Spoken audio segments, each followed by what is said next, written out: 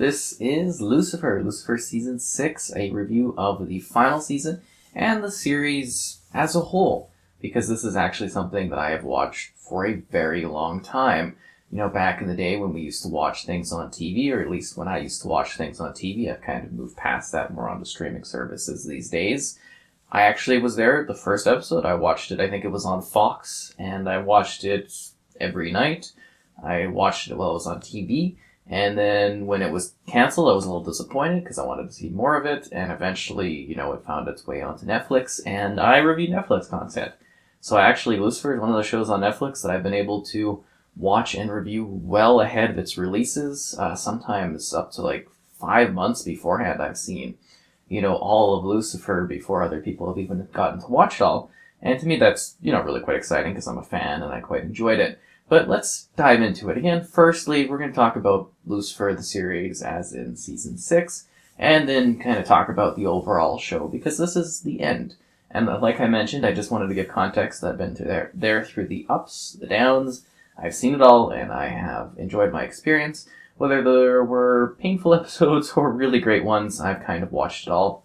And I actually think, in general, the show has improved greatly since it's been available on Netflix. I think they've done a much better job with the episodes, the pacing, and the handling of the various characters that make up this rather entertaining show. So for context, if you're not familiar about Lucifer, basically the devil is walking among humanity. He's been there for a while.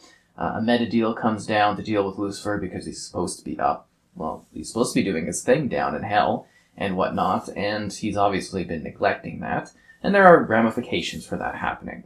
In this latest season, we come off of the two-parter that was Season 5, where Lucifer kind of became God, as to say. That shouldn't be a spoiler, because I'm assuming at this point where you're watching Season 6, you kind of know what's happening, right? So anyways, and that's basically where the season starts. It's kind of them, kind of dealing with that, talking about things, or just about getting to that point.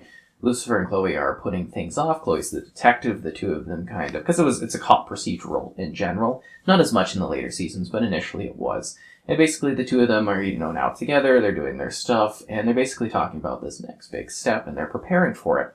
And that's where this season kind of almost throws everything that happened last season aside. It's basically like almost a refresh. That sounds very odd, but it kind of gets to a point where I think maybe a lot of, from what I've read of fans and stuff, kind of wanted the series to go direction-wise.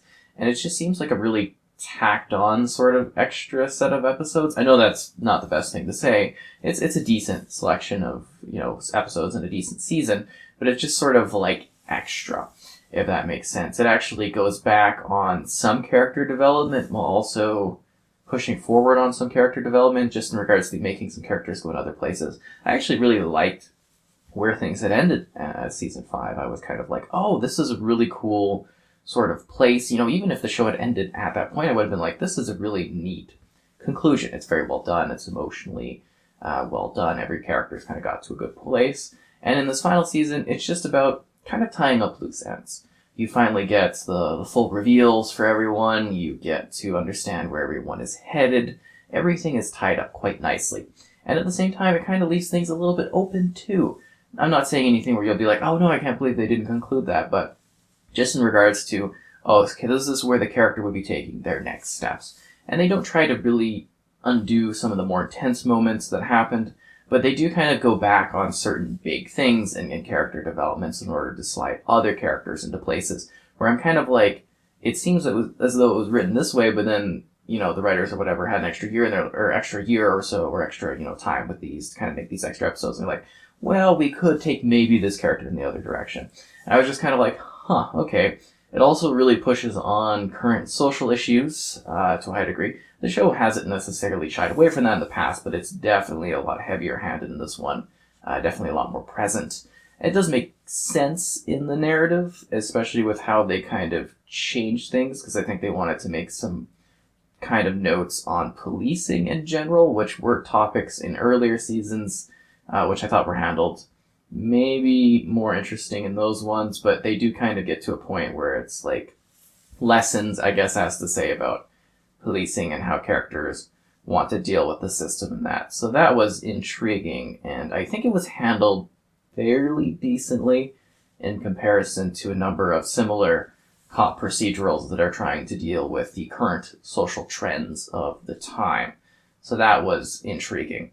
And I'm trying to talk about it in a kind of non-spoilerish way, obviously, but I think you'll get what I mean as you're watching it, because that is one of the major plot points. Almost like a B, but then a primary plot point as well. So when it comes to the ending in general, I thought that the conclusion was good. I was happy where everyone ended up. At the same time, I wasn't necessarily happy how they got to that point at the ending.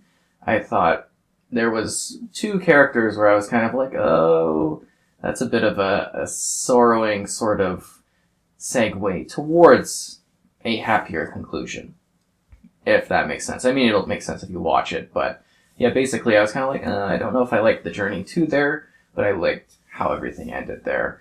Acting, typically very good, in regards to the different characters being confident in their roles. You've got Dan playing like a ghostly type figure now, because he's, obviously bit the dust last season. And you've got everyone else kind of doing their thing, they're all kind of working their jobs, living their lives, and it's just kind of working towards the conclusion, and some really interesting meta-type ways towards the ending, which I thought was quite intriguing. The pacing is good. There is a really unique element that is the central focal point of this, and that's the conversation around this new character that's introduced, this all like woman, basically. She's young, and she has this claim that she is Lucifer's daughter, and the season kind of plays around with that. And there are some elements of time being involved. And I don't know if the time elements were perfectly handled. Some of them didn't quite logically make sense to me in terms of how they kind of were handled. Whenever you involve time in shows and movies and stuff, it always gets a little convoluted. But I was kind of like, eh. But anyways, overall, it's a good end to the series that I've enjoyed for years. I can't believe it's already been, I think, 6 years, and I think this will be 93 episodes by the end of it. And, it's been quite a journey. I'm actually surprised we're already here. It was, that's actually like a good chunk of my life, actually, that this show has been encompassing, or at least the most recent years, as to say, the recent decade, but wild.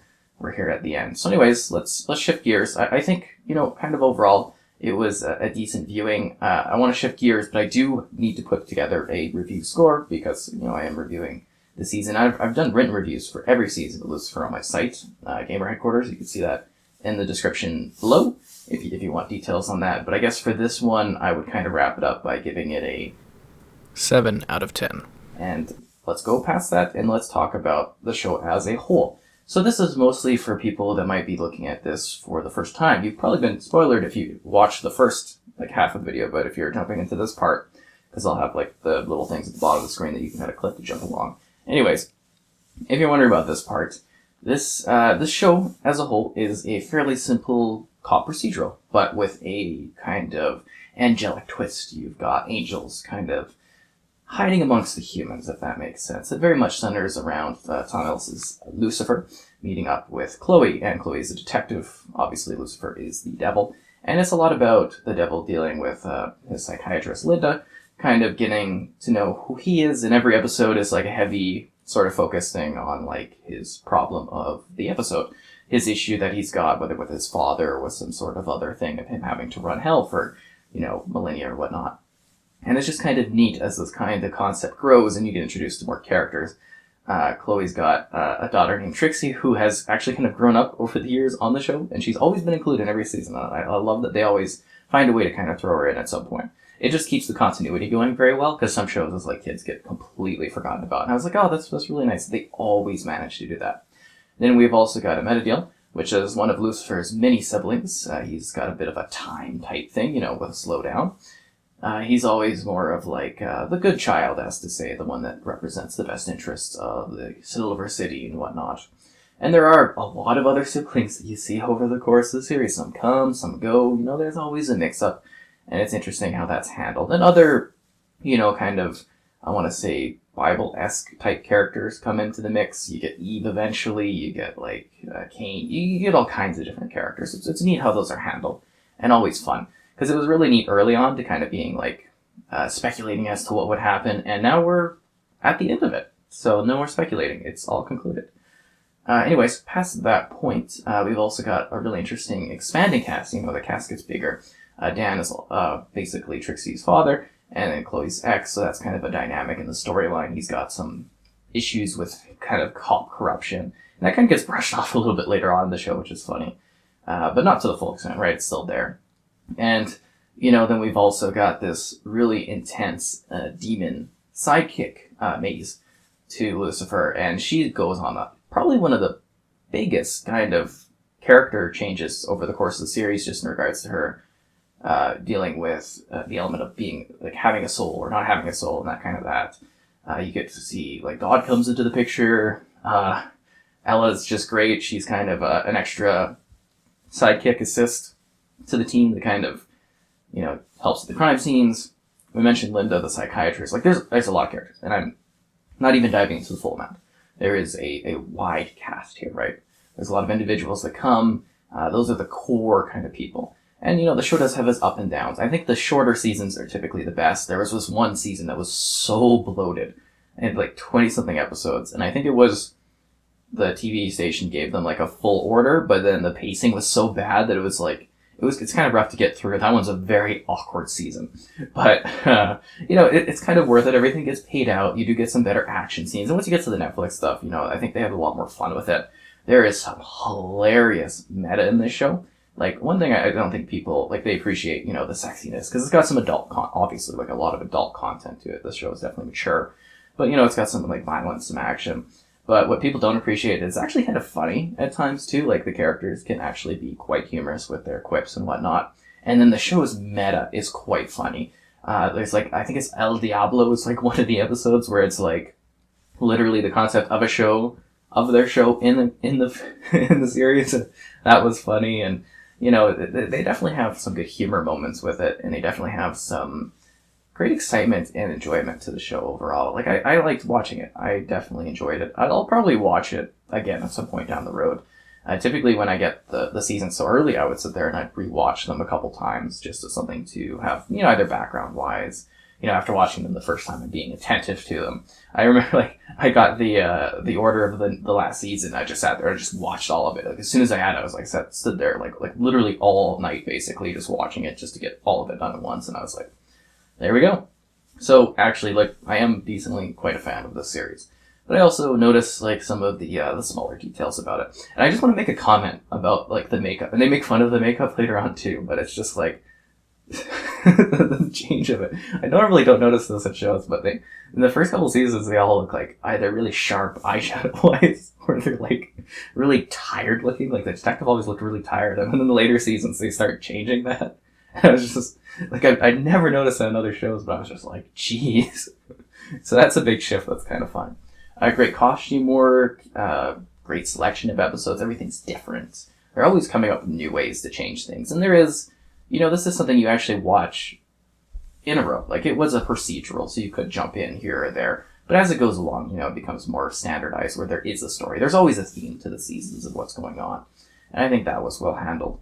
But anyways, an enjoyable show. I do suggest actually watching all of it if you have the time, or if you're interested in it. You might find it intriguing. I like the characters and the story that goes on. I think you will be satisfied by its conclusion. You'll have some of the spots in the middle might be a little bit hard to take in and deal with, but I think overall it was a very enjoyable time. I will remember this show decently fondly over the years, and I'm sure at some point down the line I will revisit it again at some point.